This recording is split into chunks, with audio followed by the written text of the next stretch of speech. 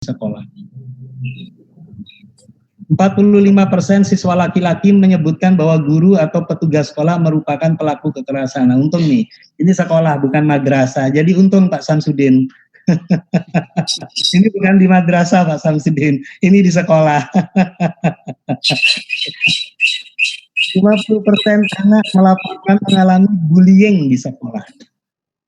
Saya nggak usah menyebutkan semua deh. Intinya masih banyak terjadi kekerasan di sekolah kita. Jadi jangan kaget kalau hoax ada di mana-mana. Ujaran kebencian itu ada di mana-mana saat ini. Dan itu dipakai oleh para politisi untuk jualan ujaran kebencian. Agar dia memperoleh jabatan.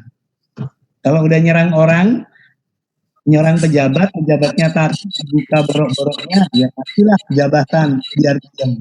Gitu. Nah, artinya ini adalah hal negatif yang masih terjadi di negeri kita. Ini harus dipangkas, harus dipotong mata rantai ini. Tidak hanya COVID yang harus dipotong. Kekerasan ini, bullying ini harus dipangkas. Gerakan sekolah menyenangkan atau madrasah menyenangkan adalah tujuannya ingin memangkas kekerasan ini. Memangkas bullying ini. Salah satunya apa? Membangun pendidikan karakternya. Dan membangun ini tidak hanya guru, tetapi ini adalah tugas semua pemangku kepentingan. Tugasnya salah satunya DPP Persatuan Guru Madrasah se-Indonesia ini salah satunya. Karena yang paling katanya beberapa riset, yang paling efektif untuk mengubah mindset, mentransformasi pola pikir guru, cara pandang guru, tata kelola guru adalah asosiasi profesi guru. Lebih efektif itu. Kalau sama kepala dinas atau Kemenak, takut aja Pak Samsudin, Pak Hardi. Takut, karena takut dipecat. Ini mohon maaf ya, Pak Hardi juga bagian dari Kemenak. Tapi kalau sama asosiasi profesi sesama guru, gotong royongnya itu loh, yang membuat mereka ingin berubah. Kebersamaannya itu loh, senasib sepenanggungannya itu yang membuat dia ingin berubah bersama-sama. Makanya saya menyambut baik ketika Pak Hardi mengundang saya untuk berbicara di forum ini. Karena ini forum yang paling penting. Kemarin saya diundang Pak Menteri Nadiem, saya nggak datang. Tapi kalau diundang ini saya malah datang. Karena kalau ngobrol sama menteri ya basa-basi lah, ngobrolnya gitu-gitu, ya, dikerjakan iya, didengerin enggak juga nggak apa-apa kan begitu kalau sama pejabat. Tapi kalau sama asosiasi profesi guru akan berdampak langsung kepada murid. Karena Bapak Ibu guru ini yang langsung berhubungan sama murid-murid, bukan Pak Menteri, bukan Pak Kepala Kemenak, bukan. Nah, di era revolusi industri yang baru ini Pak Samsudin, salah satu cirinya adalah memangkas birokrasi.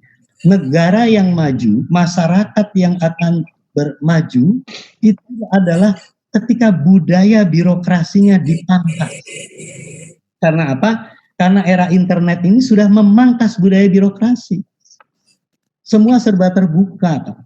Bahkan sekarang ini karena pandemi COVID, kita nggak perlu datang ke mall. Mall itu bayangkan budaya birokrasinya. Mall itu yang ngumpulin makanan-makanan, minuman, barang-barang, baju, pakaian, taruh di mall. Nanti para pedagang itu bayar ke mall, kan begitu. Kita datang ke mall, kemudian beli di mall.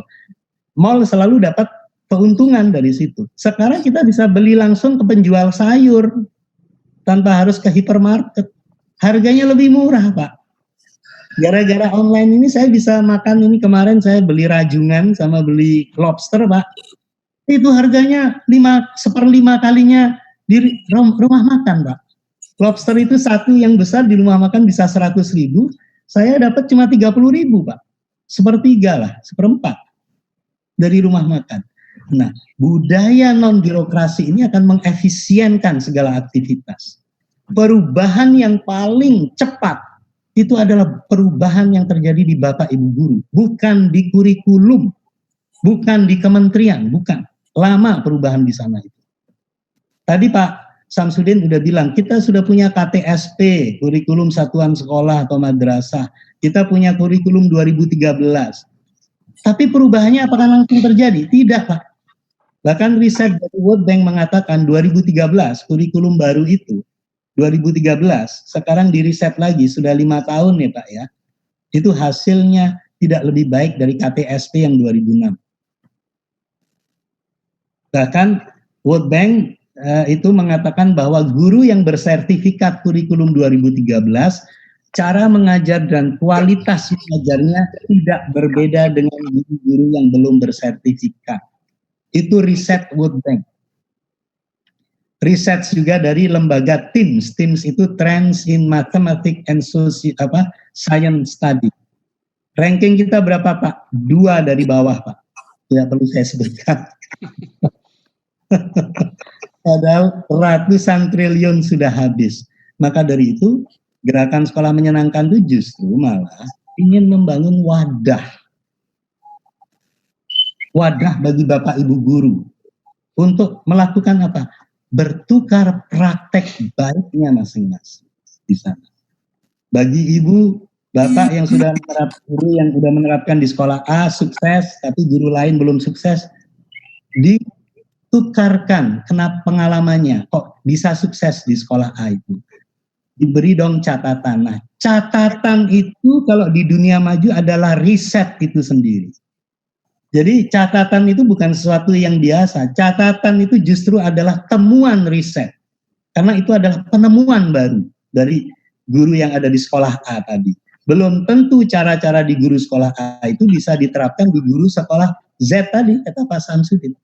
Maka guru sekolah Z itu harus memodifikasi, membuat temuan baru tadi, membuat catatan, menyebarkan ke guru yang ada di sekolah C, D, N, A, I, J, sehingga semua sekolah dari A sampai Z itu akan punya riset dan temuannya sendiri.